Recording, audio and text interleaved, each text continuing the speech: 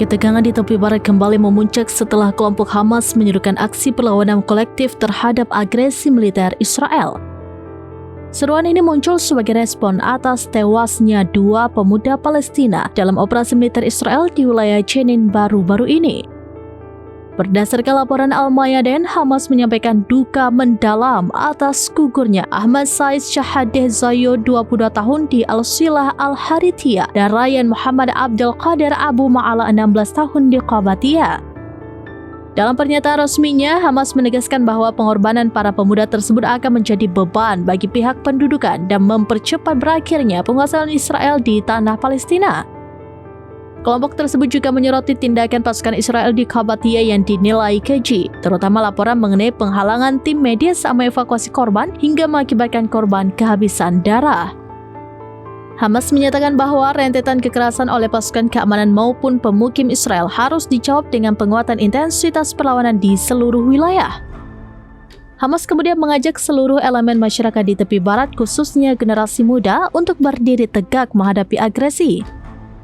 Mereka menekankan pentingnya melindungi komunitas warga serta menjaga situs-situs suci Islam dari ancaman serangan yang terus berlanjut.